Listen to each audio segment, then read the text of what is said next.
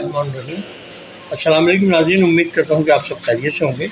और ये आज जो है मैं चिकन मलाई बोटी बनानी थी, तो मैंने कहा चलें ये भी आपको दिखा दिया जाए कि बोनलेस किस तरीके से करना चाहिए।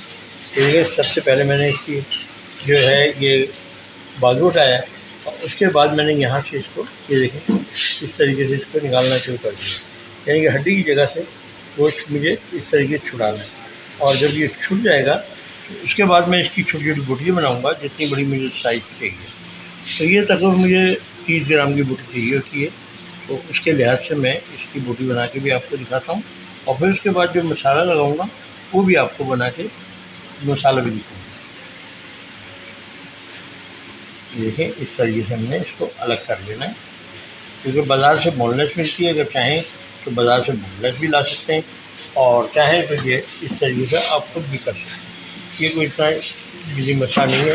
और इसकी बोटी जो है तकरीबन इतनी बड़ी कटेगी, ये देखें, ठीक है। और इसकी सफाई हम करते जाएंगे साथ साथ। जैसे कि आप देख रहे हैं कि ये कुछ चर्बी लगी होती है, कुछ होता है, तो ये देखें ये इतनी बड़ी बोटी मैंने काट के रखी है और इसको मैं इस तरीके से दो करूँगा। और दो करने के बाद ये देखें इतनी बड़ी बोटी इसकी काट दूँगी। ये इसी तरीके से मैं सबको करने के बाद फिर आपको मसाला लगा के दिखाता हूँ कि मसाला क्या क्या लगेगा और किस तरह लगेगा। और उसके साथ में तकरीबन 8 चम्मच के करीब मैंने दही डाला है। और उसके बाद मैं आपको बता दूँ कि ये पपीता मैंने तकरीबन 1 टीस्पून समझ लें कि ये डालना है। और इसके साथ मैंने, क्योंकि ये है मलाई बोटी, इसमें ज़्यादा कलर भी नहीं होता, तो ये देखेंगे ये मेरा गरम मसाला है, ये तकरीबन मेरा 1.5 स्पून गरम मसाला है।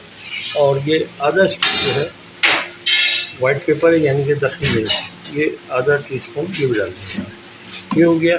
इसके साथ ही मैं आपको बता चलूँगी इसमें मलाई मैं ऐड कर दूँगा, क्योंकि मलाई बोटी है ना, तो इसके लिए मलाई ज़रूरी है। तो ये देखें आपके सामने ये तकरीबन 3 चम्मच मैंने इसमें मलाई डाली।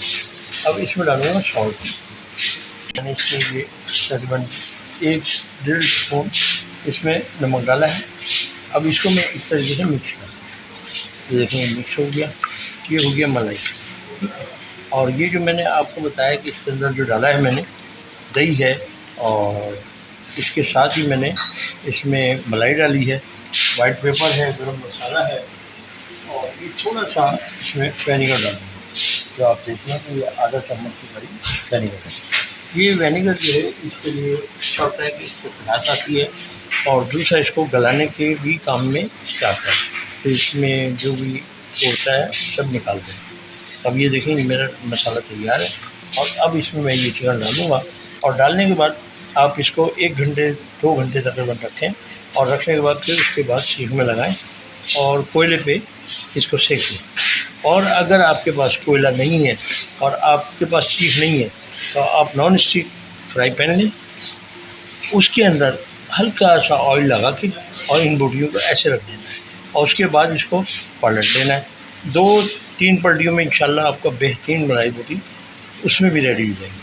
ज़रूरी नहीं है कि हमारे पास कोयला नहीं है, हमारे पास ये चीज़ें नहीं हैं, तो उसके लिए ये काम करेगा। तो मैंने आपको ये भी बता दिया है। और बकरा ईद अगर आप बनाएं तो इसी तरीके से आपने गोश्त की बोटियाँ काटनी है, इससे ज़रा छोटी काटिएगा। और काटने के बाद उसके अंदर जैसे पपीता मैंने भी आपको बताया कि आधा पौना चम्मच लगाया है, तो उसमें अगर 1 किलो गोश्त हो तो 4 चम्मच आपने पपीता लगाना है। 4 चम्मच पपीता लगाना है। उसके बाद इसमें दही डालना है, मलाई डालनी है, और गरम मसाला और वाइट पेपर। अगर वाइट पेपर आपको कम लगता है तो इसमें आप हरी मिर्ची भी थोड़ी पीस के लगा सकते हैं। तो ये स्वाद बेहतरीन मेरा मसाला रेडी है, और ये देख लें हम आपको दिखा दिया है। और इस तरीके से आप बनाइएगा, इंशाल्लाह आपको बहुत अच्छा लगेगा।